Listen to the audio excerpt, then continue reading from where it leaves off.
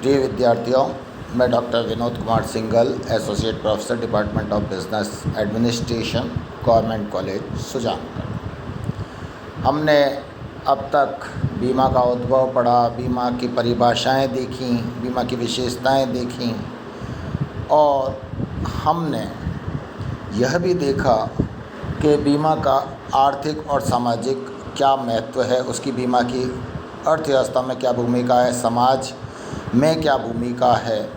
और हमने ये तय किया था कि इस लेक्चर में अपन बीमा के सिद्धांत प्रारंभ करेंगे। बीमा के जो सिद्धांत हैं यह अत्यधिक महत्वपूर्ण है, प्रश्नों की दृष्टि से भी और पूरे बीमा विषय को समझने की दृष्टि से भी, क्योंकि जैसा कि आपने फर्स्ट ईयर कॉमर्स में अनुबंध अधिनियम पढ़ा, अनुबंध वैध अनुबंध की विशेषताएं जो हैं उन्हीं सारी एक एक विशेषताओं पर एक एक चैप्टर था और एक एक प्रश्न आता था। ऐसे ही ये जो बीमा के सिद्धांत हैं, इनमें से जो वैधानिक सिद्धांत हैं वो वैधानिक बीमा अनुबंध की आवश्यक तत्वों में शामिल किए जाते हैं। अर्थात इन सिद्धांतों का पालन एक वैध बीमा अनुबंध के निर्माण के लिए और पक्षकारों के वैधानिक उत्तरदायित्व और अधिकार उत्पन्न करने के लिए आवश्यक होता है। सिद्धांत चाहे बीमा के हों चाहे किसी के भी, सिद्धांत का मतलब होता है मार्ग निर्देशक तत्व, अर्थात कैसे उस चीज़ को बेहतर और सशक्त बनाया जा सकता है। बीमा के सिद्धांतों को हम दो भागों में विभक्त कर सकते हैं। प्रथम तो सामान्य सिद्धांत जो कि बीमा व्यवसाय के आधारभूत सिद्धांत हैं और जो बीमा व्यवसाय की प्रभावशीलता को प्रभावित करते हैं।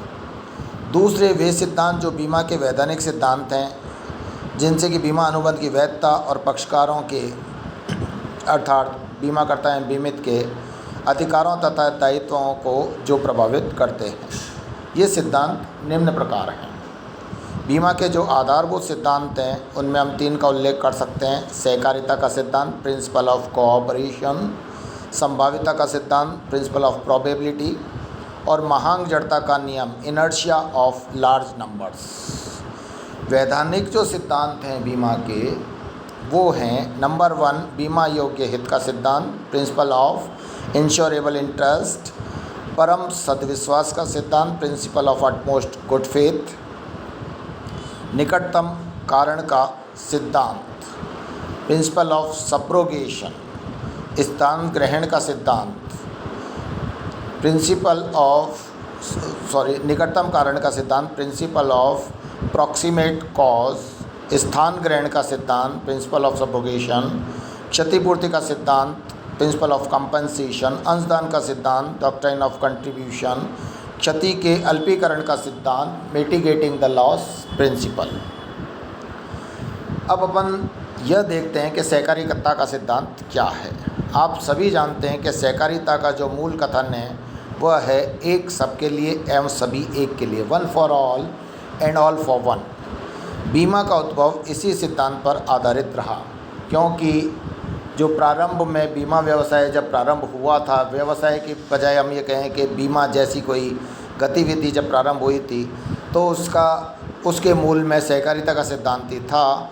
जो समुद्री मार्ग से विदेशी व्यापार करते थे उन व्यापारियों ने अपना एक कुछ समूह बनाया, उससे एक अनौपचारिक कोष इकट्ठा किया और उस कोष में से हर उस व्यापारी को जिसके साथ की वास्तव में कोई घटना घटित होती थी जिससे कि उसे आर्थिक हानि वहन करनी पड़ती थी, उसका भरपाई की जाती थी, उसकी क्षतिपूर्ति की जाती थी। तो बीमा जो ओरिजिन है बीमा का, we can say that it can be attributed to the principle of cooperation.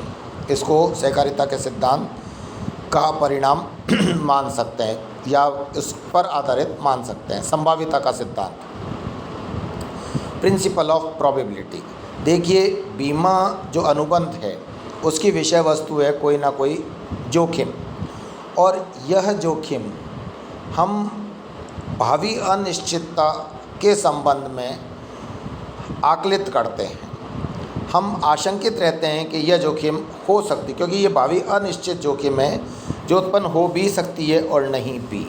अब 1 लाख लोग अगर इस जोखिम से आशंकित हैं और बीमा कराते हैं तो स्वाभाविक रूप से सभी एक के वो आशंका वास्तव में सत्य में परिणत हो जाए ऐसा आवश्यक नहीं, बल्कि ऐसा होता भी नहीं है।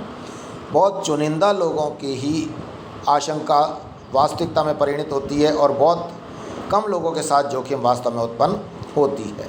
लेकिन प्रावधान हर कोई करना चाहता है, इसलिए अगर 1 लाख लोग समान प्रकृति की जोखिम का बीमा कराते हैं तो उस जोखिम का बीमाकर्ता इस बात से आशान्वित रह सकता है कि उसे दावा निपटारा केवल कुछ 100 लोगों का ही करना पड़ेगा और शेष लोगों के प्रीमियम इन लोगों के दावा निपटारे में काम भी आ जाएगा, और जो बाकी राशि बचेगी वह बीमाकर्ता के लाभ और ऑपरेटिंग एक्सपेंसेस के लिए पर्याप्त होगी।